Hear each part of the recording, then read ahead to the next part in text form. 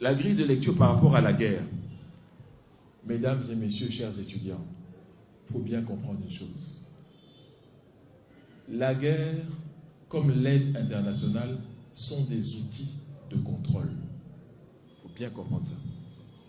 Tant que vous êtes en guerre, que vous vous tuez les uns les autres ont toute la latitude de se servir tranquillement.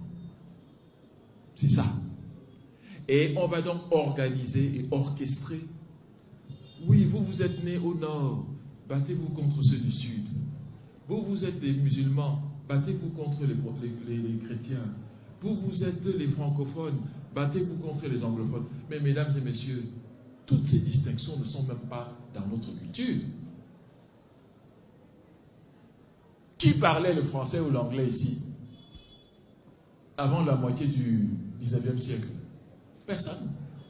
Dans un pays comme le Cameroun, avant le 4 mars 1916, personne ne parlait ni le français ni l'anglais. Aujourd'hui, on nous dit, vous êtes francophone et vous êtes anglophone, il faut avoir des antagonismes. Pourquoi? Ce sont les mêmes tribus de part et d'autre. Et quand on discutait de ça à Berlin, qui de nous était là-bas? Parmi vos aïeux, vos grands-parents, ils étaient là-bas à Berlin? Non. C'est entre eux qui se sont séparés et appropriés illégalement la terre d'Afrique et le sol d'Afrique. Je répète, illégalement. Et aujourd'hui, on doit se battre. Pour quelle raison? La seule raison, c'est pour créer, en fait, la diversion et du dilatoire pour que continue le pillage. C'est tout. Tant qu'on n'a pas compris cela, nous allons jouer ce jeu morbide et funeste qui sera toujours entretenu et que nous devons nous-mêmes arrêter parce que nous avons compris les ficelles de ce jeu. Nous avons décidé d'arrêter. Un point, un trait. C'est tout. On n'a pas de permission à demander à qui que ce soit pour arrêter de s'entretuer quand même. On ne peut pas continuer comme ça. Être des enfants indéfiniment? Non. Non et non. Donc je dis que quand vous dites qui va le faire, mais c'est vous. Qui d'autre? Ce n'est pas les Martiens qui vont descendre pour arrêter les guerres ici. C'est bien nous. Qui est-ce qui vend les armes? En Afrique, il n'y a que 2 pays qui produisent très très peu d'armes. L'Égypte et l'Afrique du Sud. 98% des armes qui circulent en Afrique viennent des pays qui ne sont pas africains.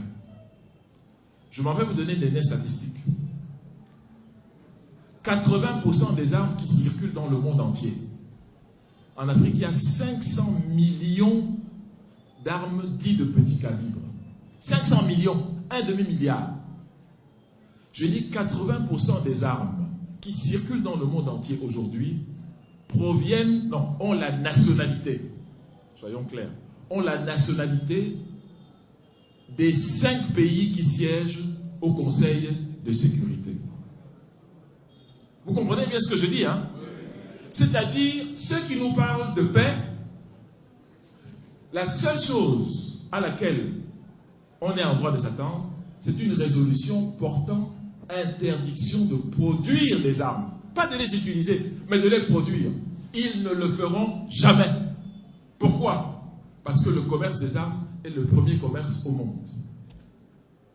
Mais pour qu'on continue à produire des armes, il faut qu'il y ait des guerres. Et pour qu'il y ait des guerres, il faut qu'on crée des animosités, des antagonismes. Et il faut qu'on trouve des gens qui ne comprennent rien à tout ce qui se passe. Où sont-ils?